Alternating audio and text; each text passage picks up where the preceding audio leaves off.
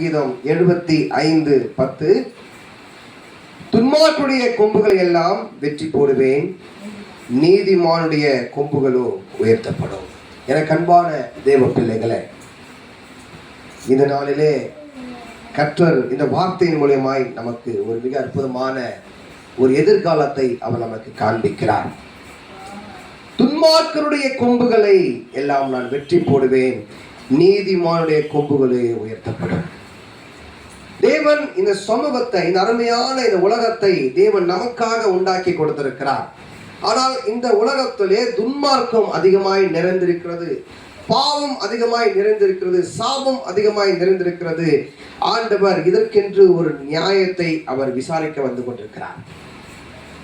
அதி சீக்கிரத்தில் நீங்கிவிடும் இந்த லேசான உபத்திரம் என்பது போல நம்முடைய தேசத்தின் மீது இருக்கிற உபத்திரங்கள், நம்முடைய தேசத்தின் மீது இருக்கிற துன்மார்க்குடைய செயல்பாடுகள் எல்லாம், அவருடைய கொம்புகள் எல்லாம் என் ஆண்டவர் வெட்டி போடும் என்று சொல்லுகிறார். கூடிய சீக்கிரத்தில் நம்புங்கள், நீதிமானுடைய கொம்புகளை தேவன் உயர்த்த போகிறார். கர்த்தருக்கு காத்திருக்க வேண்டும். கர்த்தர் சமூகத்திலே நாம் காத்திருக்கின்ற பொழுது பொறுமையை காத்திருங்கள். உங்கள் குடும்பத்துக்குள்ளும் துன்மார்க்கர்கள் அதிகமாய் நிறைந்திருக்கலாம். இந்த சமூகத்திலே எப்படி இருக்காங்களோ அதே போல உங்கள் குடும்பத்திலும் இருக்கலாம். நம்புங்கள், கூடிய சீக்கிரத்திலே துன்மார்க்குடைய கொம்புகளை என் ஆண்டவர் வெற்றி போடுவார்.